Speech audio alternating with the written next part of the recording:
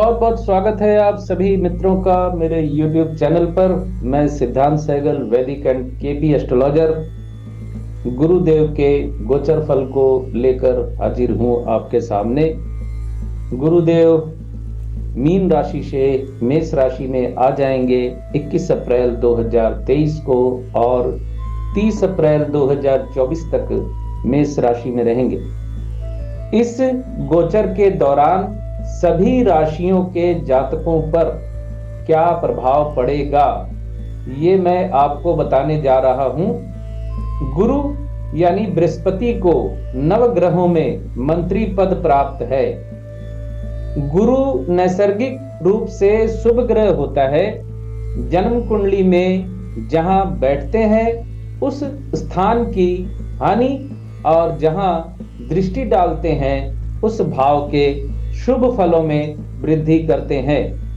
पर गुरु अगर राहु जैसे ग्रह के साथ होते हैं तो गुरु चंडाल दोष का निर्माण होता है, जिस वजह से गुरु की नैसर्गिक शुभता का ह्रास होता है, यानी कमी आ जाती है।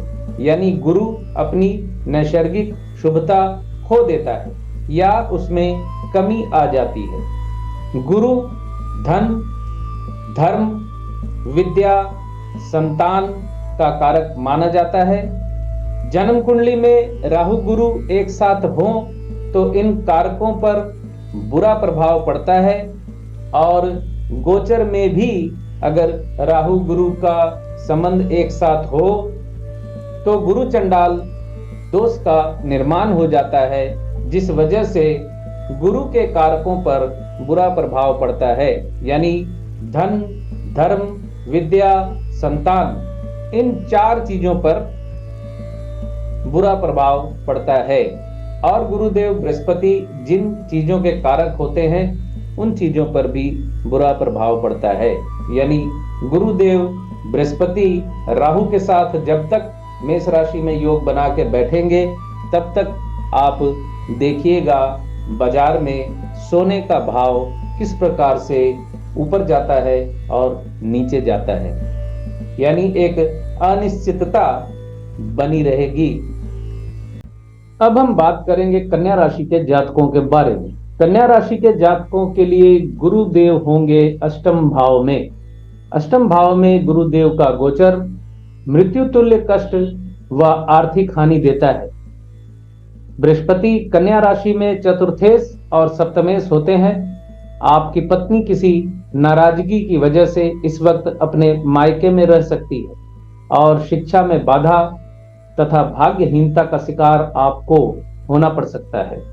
कब्ज की शिकायत से परेशानी होगी। लीवर से संबंधी समस्या का सामना करना पड़ सकता है। साधकों के लिए यह समय अच्छा हो सकता है। अष्टम भाव में बैठकर पांचवी दृष्टि पड़ेगी द्वादश भाव पर, जो आपका आध्यात्मिक स्तर ऊपर उठाएगी। सप्तम दृष्टि दूसरे भाव पर पड़ेगी। धन प्राप्ति के योग बनेंगे। रिश्ते नातेदारों से चला आ रहा मनमुटाव थोड़ा कम होगा। पर तुला राशि यानी शत्रु भाव पर दृष्टि होने की वजह से धन संबंधी समस्या बनी रहेगी। बैंक से संबंधी काम बड़ी सावधानी से निपटाने होंगे। नवम दृष्टि पड़ेगी चतुर्थ भाव पर। शिक्षा में सफलता मिलेगी। परिवार में आनंद उत्सव के योग बनेंगे।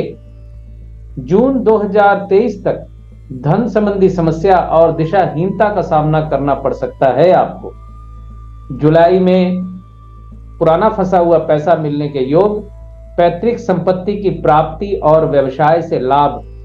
अगस्त में फिजूल खर्ची में बढ़ोतरी, सेविंग्स टूट सकती है। विदेश यात्रा का योग बनता है, पर किसी प्रकार के गैर कानूनी काम से आपको दूर रहना होगा। सितंबर में भाग्य की वृद्धि, धन संबंधी समस्या का कुछ समाधान, उच्च शिक्षा में सफलता।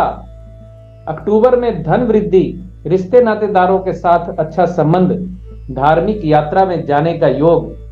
नवंबर में वास स्थान में परिवर्तन का योग बन रहा है। छोटी और लंबी दूरी की यात्रा, पर यात्रा में सावधानी जरूरी है, नहीं तो आपका सामान चोरी हो सकता है। दिसंबर जनवरी में पैतृक संपत्ति का लाभ, पुराने प्रेम में सफलता, शिक्षा में अग्रगति, प्रेम संबंधों में बदनामी हो सकती है परिवार के भीतर, स्वास्थ्य लाभ होगा। फरवरी में व्यवसाय में तनाव, फरवरी में व्यवसाय में तनाव होने के योग बन रहे हैं। साझेदारी टूटने का डर, विवाहित जीवन में अनबन के योग बन रहे हैं। मार्च अप्रैल में व्यवसाय में अग्रगति, दाम्पत्य जीवन में सुख वृद्धि, संतान संबंधी खुशखबरी, व्यवसाय से धन लाभ, व्यवसाय में नया इन्वेस्टमेंट करेंगे। 14 अप्रैल के बाद अपमानजनक स्थितियों का सामना करना पड़ेगा आपको। गैर कानूनी कामों में अगर आप लिप्त होंगे तो फंस जाएंगे, इस बात का ध्यान रखना। आप बाधा का सामना करना पड़ेगा, अकेलेपन का शिकार होंगे, डिप्रेशन के योग बन रहे हैं। ये वक्त आपको काफी सावधानी से गुजारना है, यानी 14 अप्रैल से 30 अप्रैल के मध्य का समय बहुत सावधानी से गुजारना है। तो ये था कन्या राशि के जातकों का बृहस्पति का गोचर फल। बहुत बहुत धन्यवाद आप सभी का जुड़े रहने के लिए। खुश रहिए, स्वस्थ रहिए।